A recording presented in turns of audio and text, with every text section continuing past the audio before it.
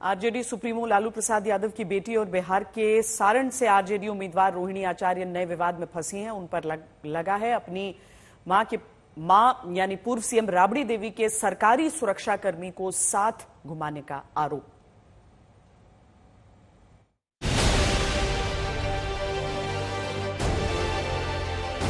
सारण से आरजेडी उम्मीदवार और बिहार के पूर्व सीएम लालू यादव की बेटी रोहिणी आचार्य का ये 20 मई का वीडियो है। ये वीडियो अब चर्चा में है और इसकी वजह से लालू परिवार विवादों में। दरअसल 20 मई को सारण में चुनाव था और रोहिणी अपने चुनाव क्षेत्र में घूम रही थी। रोहिणी के साथ मास्क में एक पुलिसकर्मी नजर आ रहा है।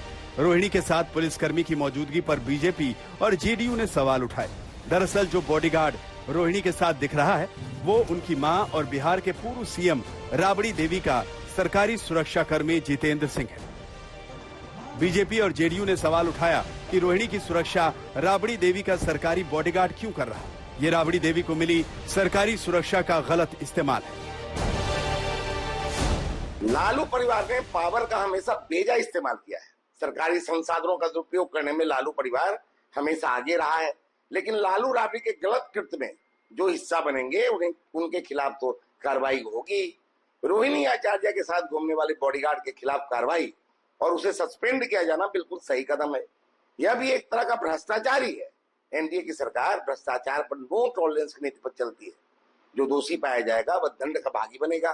बॉडीगार्ड माता जी को मिला है, लेकिन लेकर घूम रही है रोहिणी आचार्य जी। असल में लोगों को नियमों को ताक पर रखना, नियमों को तोड़ना, ठेंगा दिखाना अच्छा लगता है।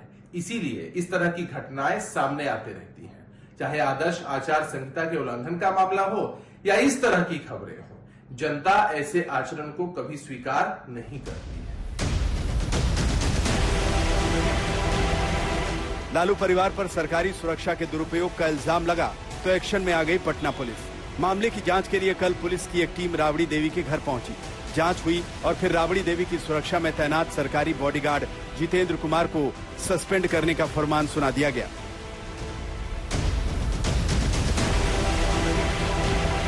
चाहे अच्छे कारणों से हो या विवादित कारणों से, रोहिणी आचार्य चुनाव के दौरान लगातार चर्चा में। चुनाव के दिन रोहिणी आचार्य का एक वीडियो वायरल हुआ था जिसमें उन पर एक बूथ पर फर्जी मतदान कराने का आरोप है। रोहिणी आचार्य आ गई है बूथ छापने के लिए और 4 बजे बूथ नहीं छपाएगा, बूथ नहीं छपाएगा, बूथ नहीं छपाएगा।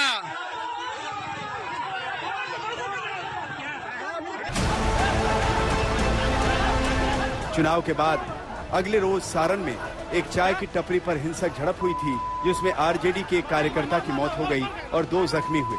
हिंसा के लिए बीजेपी ने लालू परिवार को कटघरे में खड़ा कर दिया तो रोहिणी ने भी पलटवार किया। ये लोग पूरे भाजपा वाले लोग डरे हुए, लोकतंत्र की हत्या की जा रही है। हमें न्याय चाहिए। हमारे 3 कार्यकर्ता को गोली मारी गई है, जिनमें से 2 की मौत हो गई है, तो हमें न्याय चाहिए। ये सब भाजपा वाले गुंडे हैं, उनको सबक मिलना चाहिए, उनके ऊपर एफआईआर होना चाहिए। प्रशासन से हमारी मांग है कि इन सबको गुंडों को पकड़ करके जेल में डालना चाहिए।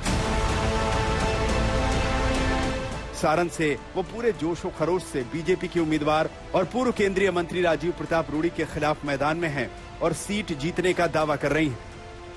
इस बार उम्मीदें हैं बहुत अच्छा है। इस बार जो बेरोजगारी से छुटकारा मिलने वाला है, बढ़ती हुई महंगाई से छुटकारा मिलने वाला है और इस बार सारण की जनता अपनी श्रवण पुत्री को चुनने का काम करेगी, ना कि पैतृक संपत्ति लूटने वाला जो कोरोना काल में भागा हुआ था, एम्बुलेंस की चोरी करके अपने घर पे रखे हुए था, उसको भगाने का काम करेगी।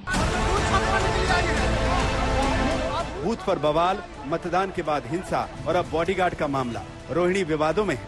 अब इंतजार 4 जून का है जब सारण का जनादेश सामने आएगा। आज तक ब्यूरो।